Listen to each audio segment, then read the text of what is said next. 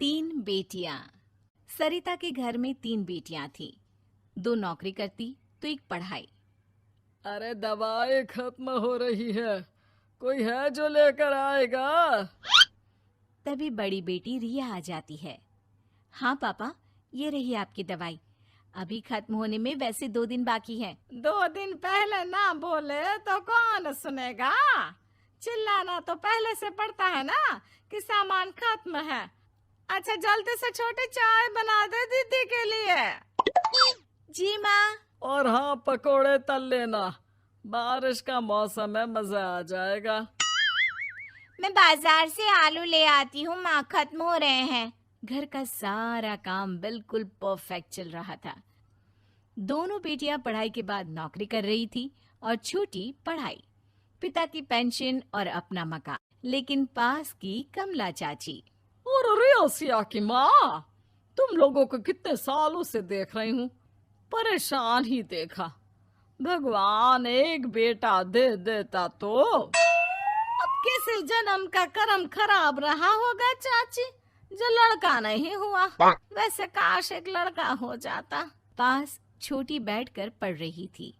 वो माँ की बात सुनकर किताब बंद कर देती है और खिड़की में खड़ी हो जाती है। खिड़की के बाहर रवि, जो कि पास ही में रहता है। अरे छुटकी, क्या सारा दिन किताब में नजर गड़ाई रहती है? मैं नकल करना सिखा दूंगा, तू आराम से पास हो जाएगी। आजा, चलना, सब बाहर खेल रहे हैं। तू तो लड़का है, फिर पढ़ता क्यों नहीं? तेरे सर पर तो माँ पिता की जिम्मेदारी भी है ना। कैसी बात कर रही है यार? जिम्मेदारी मेरी नहीं, पिता की है। पिता की क्या जिम्मेदारी, बता। देख, माता पिता लड़की की शादी के लिए पैसा जमा करते हैं, उसकी शादी कराते हैं, उसे पढ़ाते भी है ना? हाँ, वो तो सभी माता पिता करते हैं। क्या लड़की की शादी नहीं करते? उसकी भी तो करते हैं ना। हाँ करते हैं, लेकिन क्यों, कैसे? सुन, वो लड़के को पढ़ाते हैं इसलिए कि वो बुढ़ापे का सहारा बनेगा। शादी करते हैं कि उसकी बीवी आकर घर संभालेगी। लेकिन बेटियों के लिए कोई स्वार्थ होता है? नहीं ना। तभी तो पैदा होते ही मुंह बन जाता है। अब तू सोच, तू किसी के घर जाए और वो तुझे देखकर मुंह बना ले तो कैसा लगेगा? वो तो पागल होते हैं। बेटियां जीवन भर माँ बाप के लिए सोच ले, लेकिन फिर भी वो उसे अपना नहीं मानते। बेटे दिन रात निखट्टू बने रहे, लेकिन उम्मीद उन लोगों से फिर भी बहुत होती है ना? चल छोड़ना, तू ये बता कि किस जिम्मेदारी की बात कर रहा था तू पिता की? अरे यही कि अगर बेटे को बुढ़ापे का सहारा और रिटर्न के रूप में देख रहे हैं तो इन्वेस्ट भी तो अच्छा करना चाहिए ना। छुटकी समझ जाती है कि समाज की सोच क्या है और चाहे जो हो जाए उसे किताब बंद नहीं करनी। तभी वहाँ बड़ी बेटी आ जाती है। माँ, अरे ओ माँ, ये ले मिठाई खा ले। क्या हो गया? लड़का पसंद आ गया क्या कोई? भाई ऐसा हो तो मिठाई ना ही खिला, चली जाएगी तो घर कैसे चलेगा? अरे लड़की को क्या जीवन भर बिठाने का इरादा है? तू बता बेटी, किस चीज की मिठाई खिला रही है, क्या हो गया? अरे पापा, आपको पता है ना, जिस डॉक्टर के अंडर में मैं काम कर रही थी, उन लोगों ने मेरे काम को देखते हुए मेरी स्कॉलरशिप पास करवा दी है। अब अस्पताल में ही क्लास चला करेगी, आगे की पढ़ाई भी और पैसे की कमाई भी। ये तो अच्छी बात है। तू पढ़ जाएगी तो छोटे को भी अपनी राह लगा लेना। बाकी मजली तो वैसे ही ऑलराउंडर है। तीनों बेटियों के बाद भी उन लोगों के घर किसी चीज की कमी नहीं थी। पापा, ये लीजिए कार की चाबी, मैंने आपके लिए कार ली है।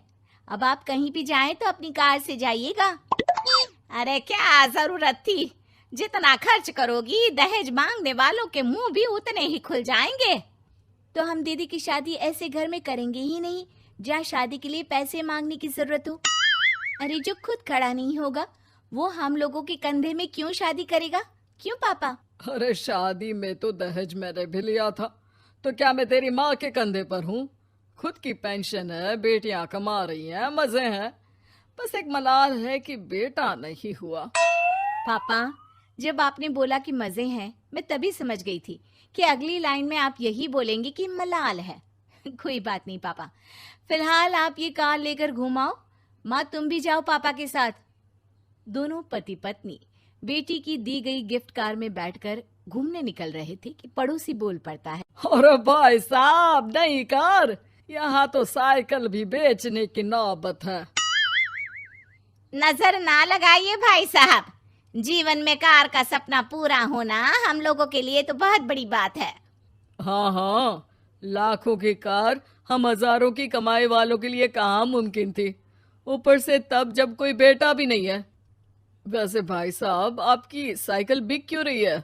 भगवान की दुआ से तो आपके 4 लड़के हैं। हाँ हाँ, आपको तो हेलीकॉप्टर से घूमना चाहिए। और खाक हेलीकॉप्टर भाई साहब, अब क्या छुपाना, 2 लड़के तो कुछ कमाते ही नहीं, सारा दिन टीवी मोबाइल में लगे रहते हैं।